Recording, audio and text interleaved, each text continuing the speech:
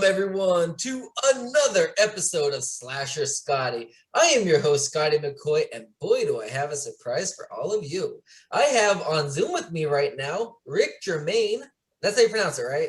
Yes, sir. Awesome. And he played Mr. Kite in Serious Profession. And that is a film coming out by Key 13 Film Partners, which is exciting. I'm really excited to see this myself. How are you doing, Rick? I'm doing great. How are you, man? I'm doing good. Everybody watching this, you can see I'm getting my laptop fixed. So I'm not in my normal spot of where I do my interviews by the nice red wall, but I have my filming center back there, which you can all see when you see my YouTube video. So now you can see my filming equipment back there. What's on the TV back there? Who's got? I was watching Days of Our Lives as I was eating. Oh, okay. All right. There's a guy with an eye patch on Days of Our Lives. Yes, it is. He back in the 80s, he ended up getting his eye plucked out by his was dead now, but his best friend at the time, over a woman. What's his name on the show? Steve Johnson. And they actually call him Patch. Clever. Very clever. Wow.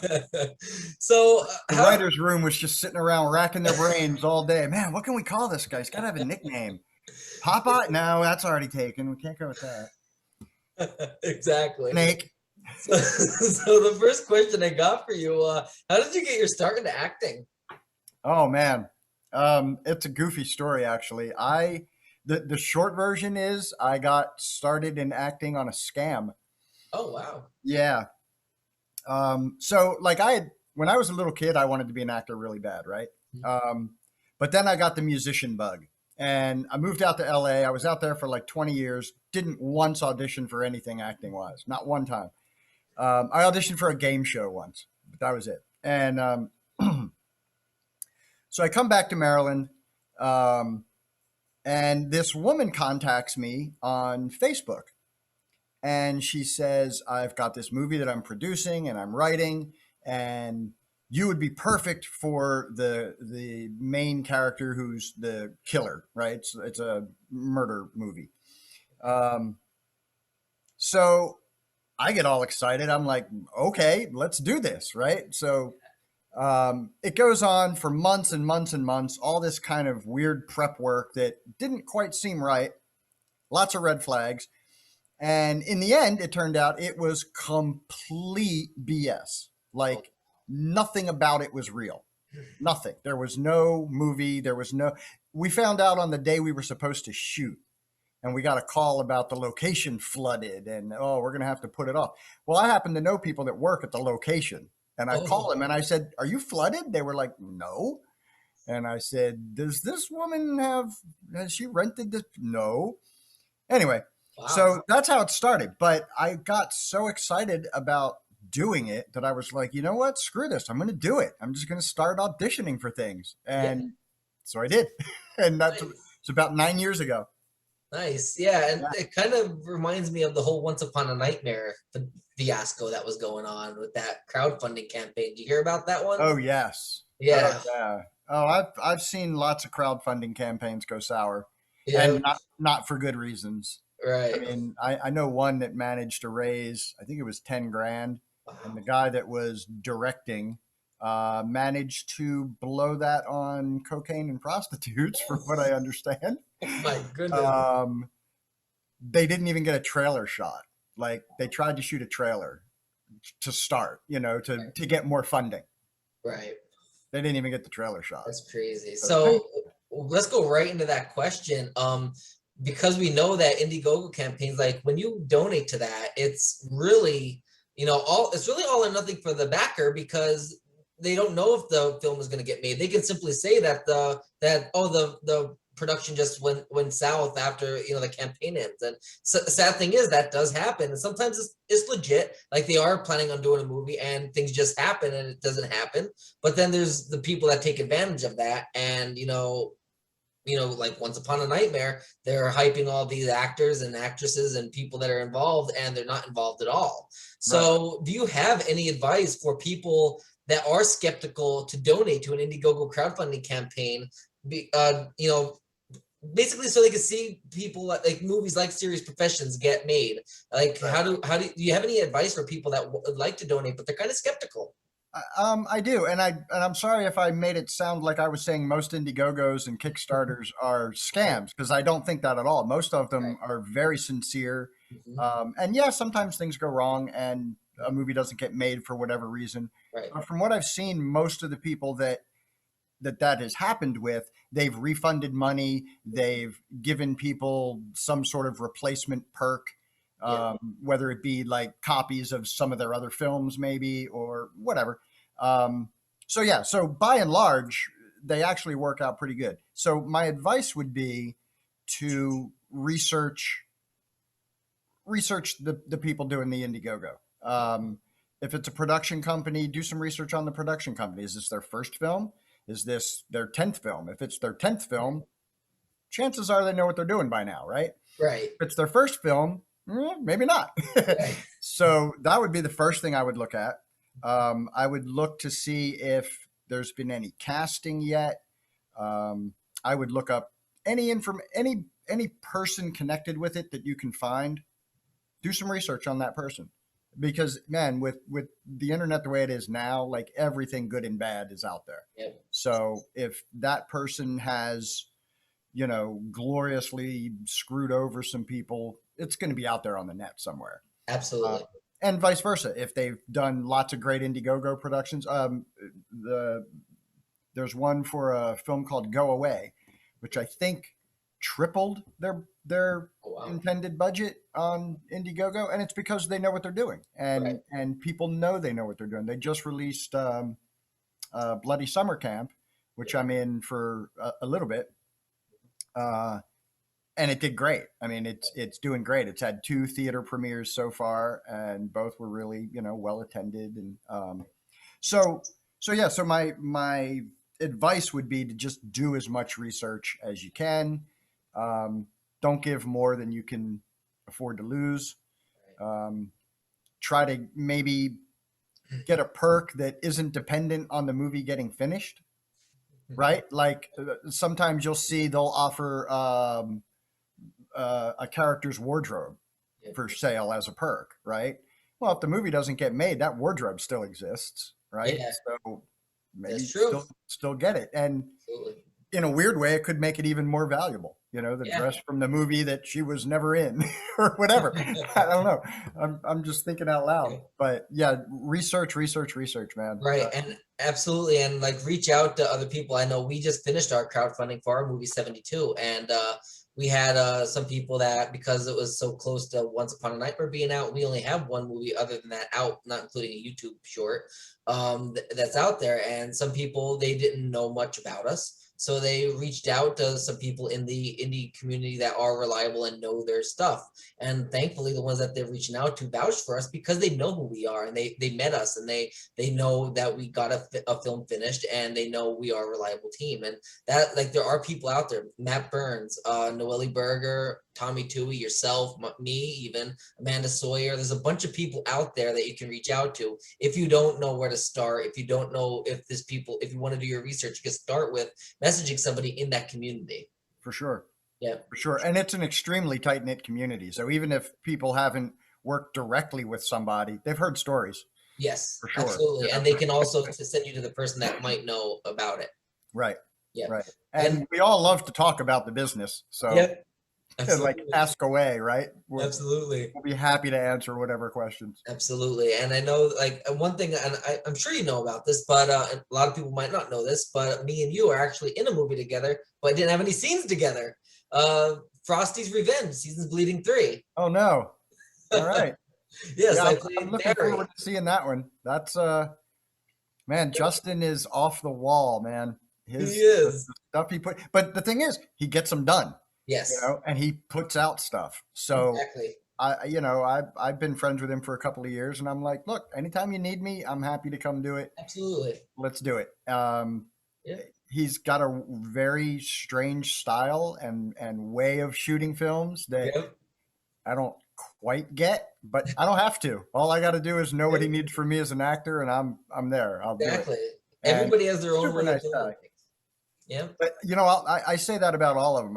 I give props to anybody that Mhm. gets it all the way to the finish line. Yeah, and gets the movie finished, because that's really hard. it And is. people don't realize it's not just film some scenes and put them together. You know, it's, man, That's there's how so many exactly how things. I was when I first started doing Sure. Samhain, and that was our first movie. And because I had that mindset going in, oh, this is just, it's not going to be that bad. So hired a couple of my friends to do the behind the scenes, a couple of my friends for actors. We held a little bit of audition, a small set of auditions for some roles, and it wasn't the greatest movie out there. And I mean, because we didn't have people that were experienced and we didn't know anything what we were doing, we made mistakes, we learned from it, and we grew from it. Yeah. But trust me, from somebody that had that mindset, it is not easy going from starting the process of creating a movie, starting with script and everything, to finishing the editing of a movie and distribution. It is very hard. Yeah. I haven't even gotten into doing the distribution for any. I mean, I've produced a lot of stuff, but I usually stay out of that part of it. Um, and I'm not looking forward to diving into it, because it really does seem like a giant pain in the butt. Like everybody I've talked to trying to get their stuff on Amazon or Yeah. Tubi or any of these streaming, I mean, they make you jump through some serious hoops. They do. When we were going on Amazon, we couldn't get on it because the way we hired an outsourced editor, and we obviously paid him for that role, and he once he finished editing and handed it over to us, it's over, like transaction's done. So apparently the captions wouldn't match up with what he gave us based on how we saved it. So we weren't able to get on Amazon because the captions wouldn't match with the I guess with whatever I don't know what like the frame per rate or whatever, like it just it wouldn't line up together. And that was one mistake that we also made. Like we made a mistake from the start to the end. But like I said, you learn from that, and that's how filmmakers grow. Yeah, I think the first mistake most filmmakers make is trying to cram too much into a shoot day. Yeah. You know, they all think, oh, this will take 15 minutes. If you think it's going to take 15 minutes, it's going to take 2 hours. I was going to say, if trying to tell people that all the time. If you think it's going to take 15, plan it to be 3 hours. Right. Like, you know, pad that schedule, because you're going to need it. And if you don't need it, it gives you room to play. So, Yes. you know, I'm a big fan of padding the schedule as much as possible. Absolutely. So did you have to audition for Serious Profession? And if so, what was the audition like? Actually, I did not. I'd worked in some of Mark Burns movies from Absurd Productions. I was in Bigfoot, which is a really, really silly, crazy movie. I mean, I love it. The premiere of that movie was one of the best times I've ever had in my life. Nice. It was so much, but like people were just hooting and hollering the whole time. It was so great. But anyway, so I was in that movie. Matt Anderson. I'm going to get all my Matts and my Marks. I know. Confused because there's a Matt Burns, a Mark Burns, a Matt Anderson. No kidding, man. So Matt Anderson saw me in that, and he had written Serious Profession originally as a series. Yeah. So he'd had this thing in his head a long time, and he saw me in Bigfoot, and I have no idea why, because the character that I'm playing in Bigfoot is nothing like Mr. Kite, but he saw Mr. Kite, and he talked to me about it. He was like, I'm telling you, man, this was written for you. So do you want to do it? And I was like, you know, somebody tells you they wrote something for you, then yeah, I'm going to do it. So yeah, that's how I got in. I nice. Did not have to audition. And not to sound like, oh, I'm Mr. Super Rick. I don't really audition that much anymore. Most of my gigs are with people that I've already worked with, or friends of theirs who are starting up a production or something. You know, I do a lot by word of mouth. I really haven't. That's good. Like, I haven't updated my reel since 2015, which sounds really horrible because I've been in a lot of good stuff since then. So yeah, so I got to update my reel. I'm gonna write that down. So I'm gonna ask Bruce the same question, and I'm pretty sure I'm even asking because I know I have you back on. I believe it's next week with Bruce in a group interview. Yeah, but so I'm gonna ask you this question throughout, so I can get both of your takes on it. But what for people that don't know what Serious Profession is about, can you explain in your own words the plot of the film? Sure. The gist of the film is there are two main characters. There's Mr. Kite and Mr. Wynn. We are enforcers slash collectors for a crime family. Okay. So we have a day that is basically going around and collecting money and dealing with the people that we are collecting money from. It's kind of a gangster film, but it's not really a gangster film like gangster films are normally done. This is more of a character study. Okay. So the premise is Mr. Kite has been doing this for a long time. He's got a new partner, which is Mr. Wynn, who comes from for lack of a better word, a street gang sort of organization that our crime family busted up. So he was recruited from there, and he's got a very different way of doing things. Right, everything is hard ass and beat down, and I'm kind of zen to the point of being annoying. You know, in fact, it's referenced a couple of times that I'm annoying in the movie. So yeah, Mr. Kite has learned that you catch more flies with honey, and so I'm trying to teach him this, and a lot of the movie revolves around our conversations on how you treat people and how to have longevity in this serious profession of ours. Okay. That's so yeah, so that's kind of the heart of the movie. What really makes the movie great is all the different vignettes. Each person that we go to visit is very different circumstances, very different in how we respond to them and how they respond to us. It's just when I read the script, I was like, this is great. I had a couple of suggestions that were put in, which is why I have the writing credit, but mostly Matt had all this stuff on the page, and I was like, yeah, I definitely want to do this movie because Nice. it's very different. It's not a horror film, which is mostly what comes out of the DMV area. Yep. And so the second most thing that comes out of the DMV area is crime, Right. or not crime, but crime films. Right. Sure, crime too, but sure, we got crime. We got that. Yeah, we got that.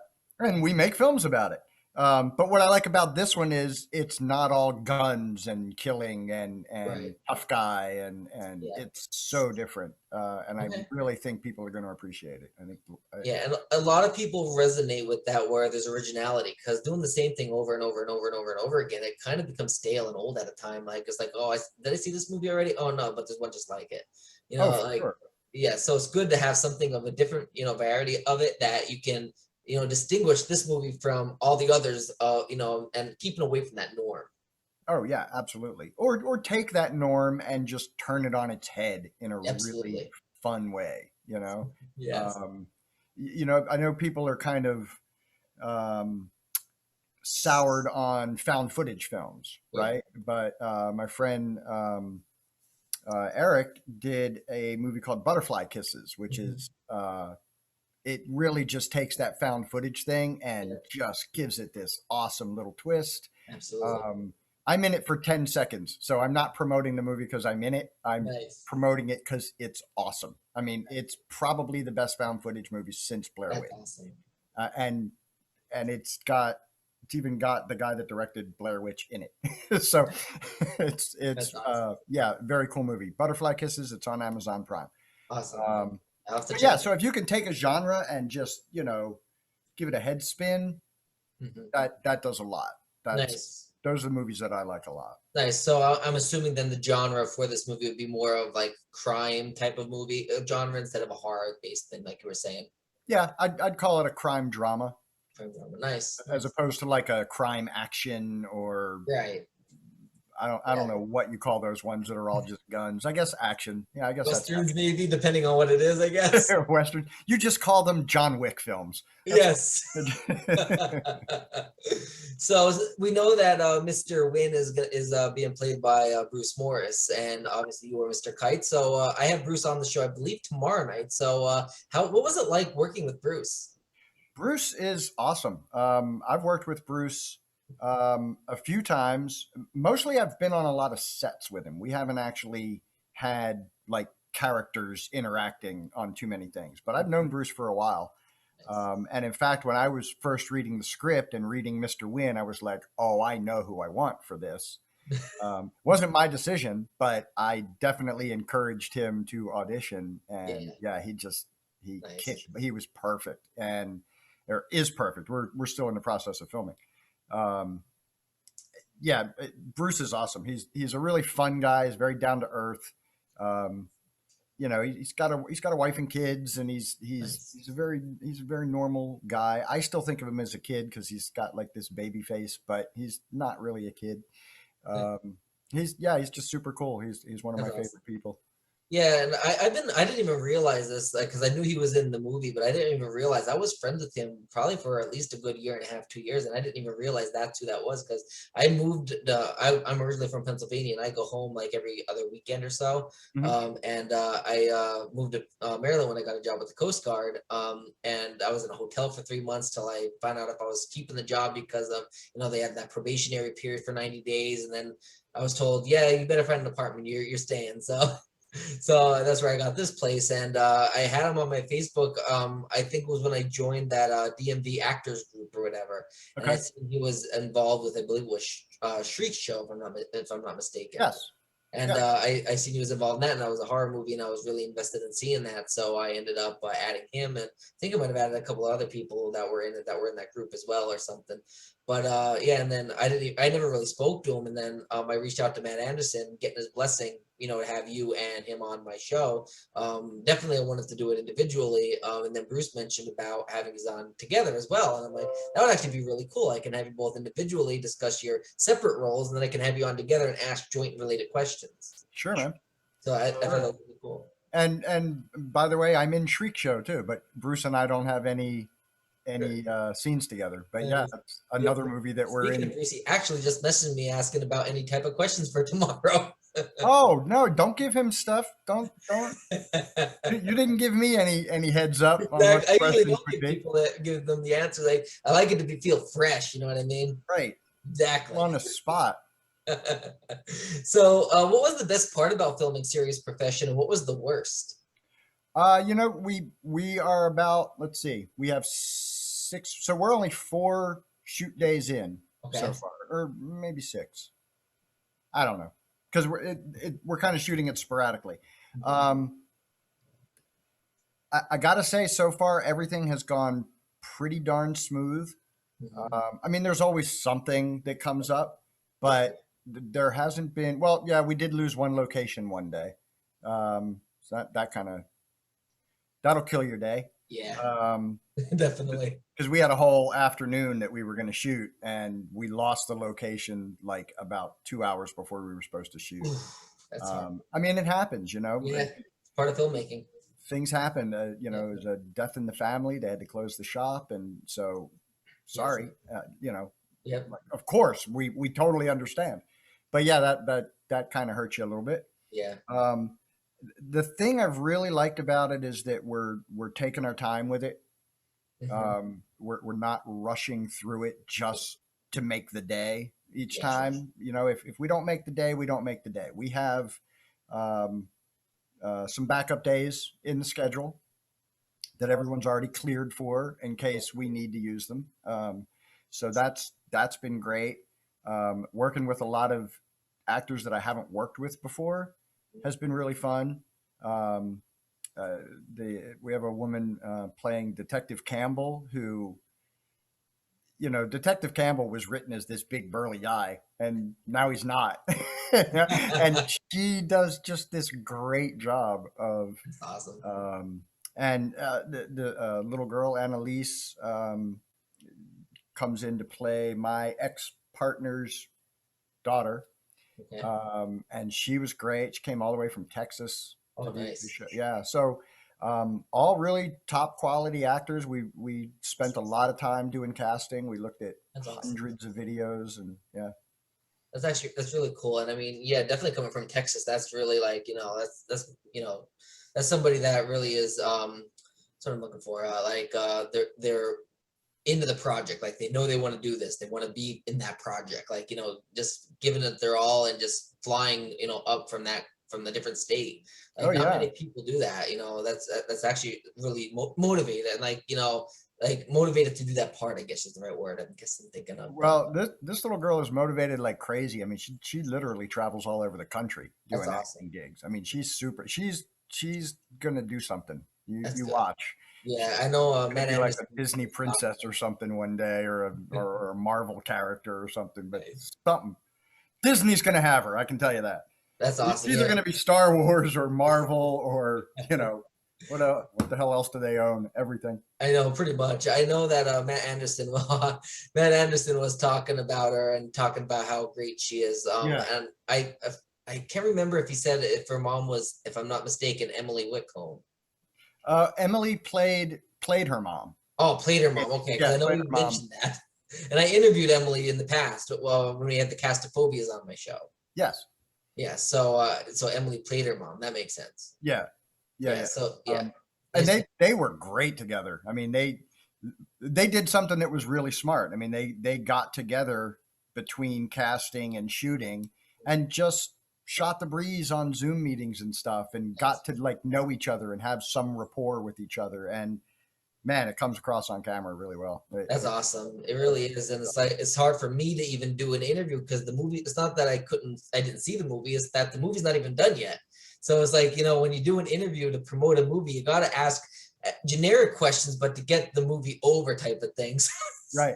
No, it's true. It's hard to, like, what do you think of the movie? Well, I don't know. So far, it's just on paper, but it looks Right. great.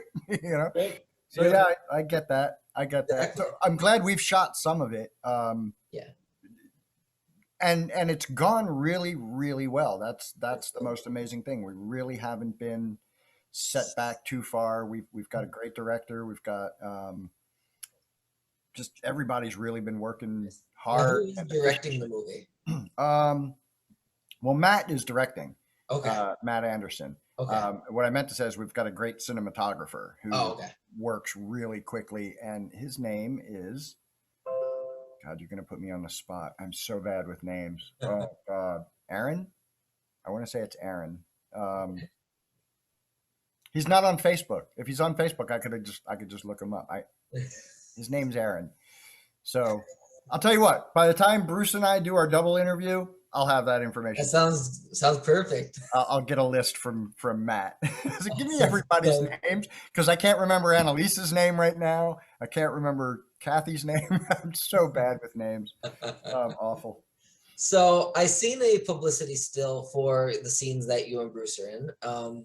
And I seen that you were wearing a suit, obviously, for a lot of the roles. Now, was that suit yours or was it provided to you by Key 13 Film Partners?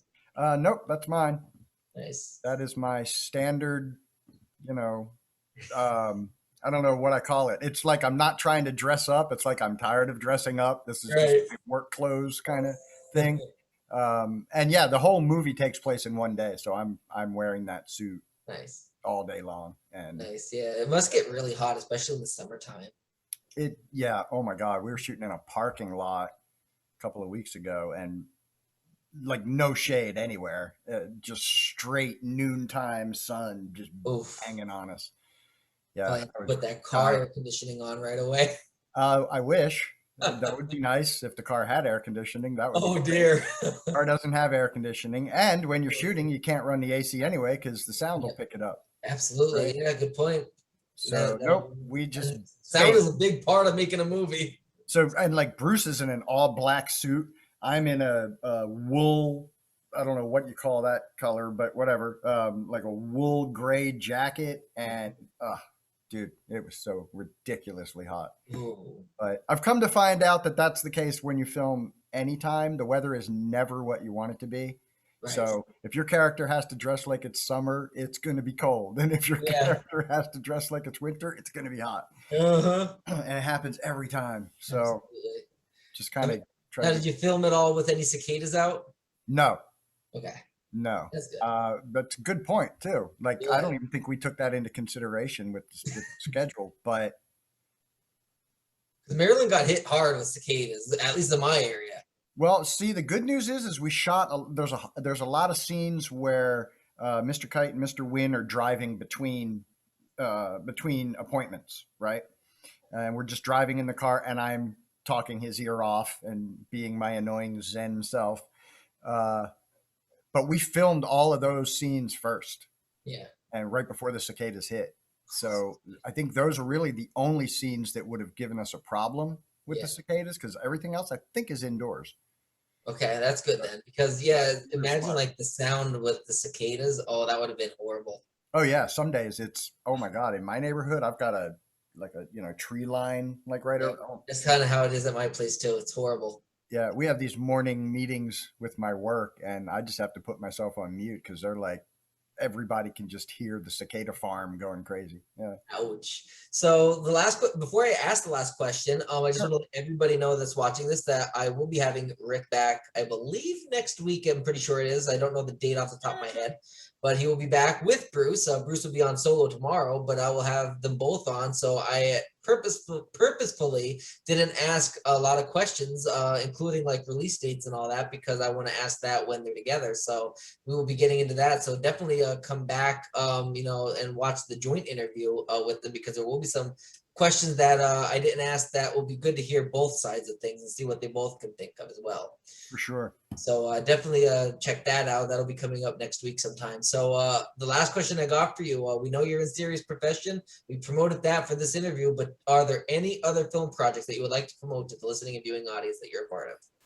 Oh, well, I've name dropped a couple of them already. Bloody Summer Camp is just coming out. DVD should be available probably the end of this month or early next month. It's an awesome little film. I have not seen it yet, but I know what we filmed, and I know people that have seen it because it's shown in North Carolina and it's shown in Virginia. Um, it's got Dave Sheridan and Felissa Rose in Nice. it, which is great. I played Dave Sheridan's deputy. Um, Nice. that guy was so just ridiculously fun to try to work, and also frustrating because he never. The guy is just improv, improv, improv, improv, improv. So like every time he would say something, and he would do it differently and say something different. And I'm not real good at just keeping a straight face. If I think something's funny, it just I burst out laughing, and I can't. I know it's a terrible thing as an actor, and I'm trying to get better at just going with it. But oh my god, that guy was funny. So yeah, but from what I hear, the movie turned out great. Awesome. I'm hoping for good things for it. So there's that one. We just wrapped up filming on Shriek Show. That should be. I'm gonna guess that'll probably come out sometime around Christmas, maybe. Okay. So that's a really good one. I also did a movie called Reset very recently, which is kind of a post-apocalyptic thing that my friends Moose and Kat Okay. have put together. I think probably everything I'm going to talk about is going to come out next year, except for Bloody Summer Camp. Right. Butterfly Kisses is up on Amazon Prime, so you can watch it for free if you have Prime. Awesome. Great movie, seriously. It's got an awesome plot to it. It's That's very awesome. cool. It's like a found footage inside a found footage inside a found footage. Awesome. That's great. Yeah, it's trippy. It's really really good. I definitely have to check that out. Yeah, yeah. I think you'll like it. I'm telling you, one of the best found footage movies ever made. That's awesome. Even better than Blair Witch? What's that? Even better than Blair Witch? Yes. Oh, that now you put me over the edge. Now I gotta watch it. I mean, better. I don't know because Blair Witch is the first one that Yeah. thought of doing it, Right. and so for that reason, it kind of wins. Right. But what it does with the genre Yeah. is very cool. I'm confident it's better than Halloween Resurrection. Probably, yeah, yeah. I'm gonna say yes, it is. Yeah, because Say Halloween straight Resurrection up, yes, it is. that was found footage, and that wasn't. I don't know if that was the way to go with that one. Right? It's funny. I'm in so many horror movies, and I'm not a crazy horror nerd. Right. Like a lot of the people that make these movies are. And believe me, I totally appreciate how they are with it, and I wish I had that sort of deep knowledge about all the old horror films and the Right. 80s slasher films, and I just don't. I mean, I've seen a lot of them, but I don't have this encyclopedic Right. recall on, I mean, God, somebody like Matt Burns, man, you can just name any movie and he's like, oh yeah, I was directed by such and such and it had this and this. And I'm like, how do you remember all this? Like, I don't know. Maybe I'm just getting old. Maybe, right? But yeah, I thank you, Rick, for joining me. Hey, thank you for having me. It was really Not fun. a problem. I'm really glad that you were able to make it and that we can make this happen. Obviously, check out Serious Professions when it comes out. And anything that Rick has been involved in, check it out on IMDb. I'm sure that'll be updated when something has been posted that he's been involved in. Oh, two more quick ones. Yes. Her name is Krista, Okay. which is a necrophilia love story. You can get that on Amazon Prime. It's an awesome movie. It's really, really good. Nice. You'll like it a lot. And by the same director, Brimstone Incorporated. Oh, nice. A horror anthology. Nice. And Okay. that's got a lot of really cool stuff on it too. They are both available. They just came out not too long ago, so I wanted to make sure I got a plug in there. Nice. And I love anthology movies. Like I really love movies. Yeah, like even like types of like American Horror Story, like TV series like that, and just like even like what's that one called that I just bought? Amusement. It's like a 4-story in one, and then they meet at the end type of thing. Like it's like a killer clown. I forget what it is. I didn't even watch it yet. Like I got the DVD, but I'm like so excited to see that because it's that anthology feel, and I love, especially when all these movies come to get like have different plots and stories, and then they all meet near the end. Like that's right, like a Seinfeld episode. Yes, absolutely. Yeah, you'll like Brimstone, and Brimstone's got some really good. Yeah. It's got a nice theme wrapping the whole thing around it, and the individual films are all really fun. Awesome. I definitely look forward to seeing that. So, like everybody, like Rick said, go on if you have Amazon Prime, go check them out. Support indie horror. And support indie films like Serious Professions, not a horror, but it's an indie film, made by hardworking indie filmmakers and actors. So definitely support them and support all of the indie genre and see all these different indie films coming out, because I mean it is not easy to make a movie, and the actors and the filmmakers on camera and behind the scenes are amazing and put in a lot of work just to make this happen to entertain everybody. They really do, and never in it for the money. Like, absolutely. I mean, I don't think I've ever been a part of a indie film, whether it was me making one or being in part of somebody else's, that I was offered compensation. And to be honest with you, I didn't care because I it's fun. It's fun to do, fun to make, and I love to be a part of it. Yep, and it seems like that's mostly the case in the DMV area. It's a lot of labors of love. And so, hey, you sell me with IMDb credit. What's that? Oh, IMDb. Sell me with the IMDb credit. Yeah, a lot of people like that. I kind of think it's weird that you can buy that as a perk. Like that's weird, but okay, whatever. If it's helping you fund your movie, whatever. I know when we were discussing our perks for 72, I was thinking, well, I want to give them IMDb credit, but I don't want to sell that as a perk. I want to give them an end thank you credit, and along with it, you get the IMDb credit along with it.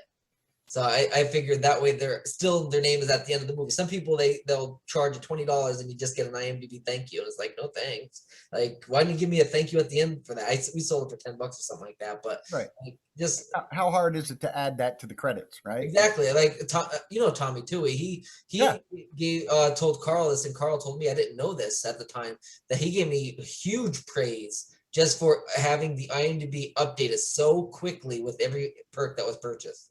And every time one came in, I immediately updated it, because I want people to know if they're going to take their hard-earned cash that they're working so hard for, at their jobs and everything like that, to, buy a perk. I want them to feel that we truly appreciate their, what they're doing, the generosity. Right. And we did our Indiegogo for Serious Profession, and some of the things we were perking were like some of the prop weapons that are being used, like the shotgun and Win and Kite's guns and stuff. And then at the end of the campaign, we find out, oh no, Indiegogo doesn't allow that. So Matt Anderson was telling me that. That's horrible. Like he said, he lost like 4% or something of everything. Yeah, because of just that bull crap right there. But I think we pretty much got around that by talking to the people directly and saying, hey, well, we can still sell it to you. So right. You know, like Absolutely. just because we won't do it through Indiegogo doesn't mean we can't still sell it to you. Absolutely. And the best part is they don't get 5% of that, because I know Indiegogo gets Right. 5%, because I think we made like 4,400 or something like that, and Mhm. we end up leaving with like almost 4,100 because of the 5% of what they get. So I didn't know it was that high. yeah, I didn't either. I didn't know it was that high neither, but yeah, 5% that they take for their profits of it. And it's like, now that you sold that gun, you get the full profits of it. Right. So Right. that worked out in the end.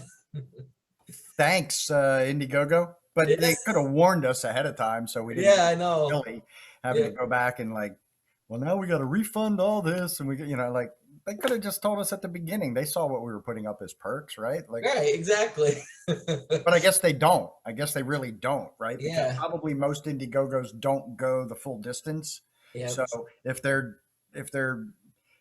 eyeing every one of them so they'd be Mhm. crazy busy. So they probably do just hit the ones that have finished. Right, and the ones that Now finish we're accountable. it, like when they're about to send it out or whatever, or send the money out, they maybe keywords are triggering certain things like weapon, Right.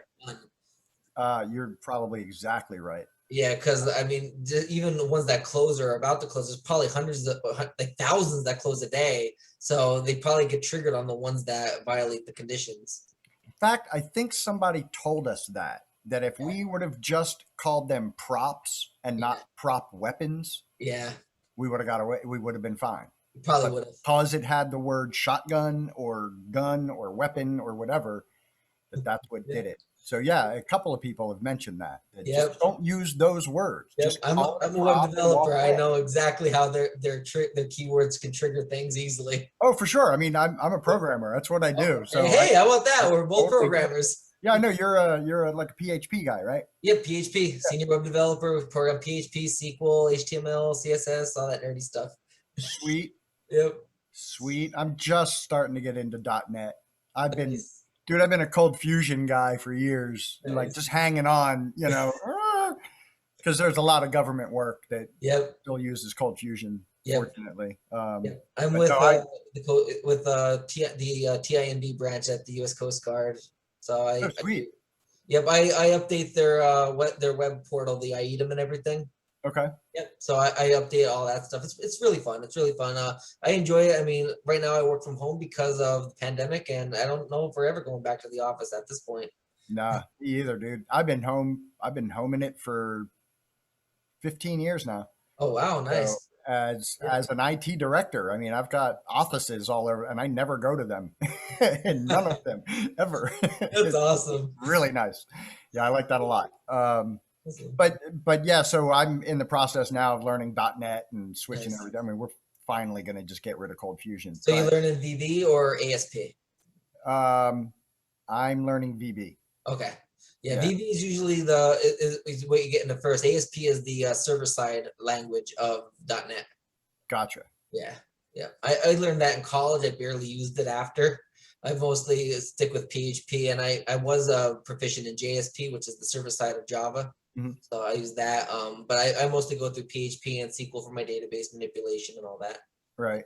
Yeah, I'm pretty decent with SQL. I'm not great, but I'm good at using Cold Fusion to do the things in SQL that I don't Right.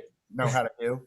Yeah. Like, there's certain like reporting kind of things where I Yes. just prefer to just write it in Cold Fusion because I understand Absolutely. it better. Yeah. Um, but yeah, so I'm learning .NET and frameworks just Nice. because that's kind of a catch-all that, Yeah.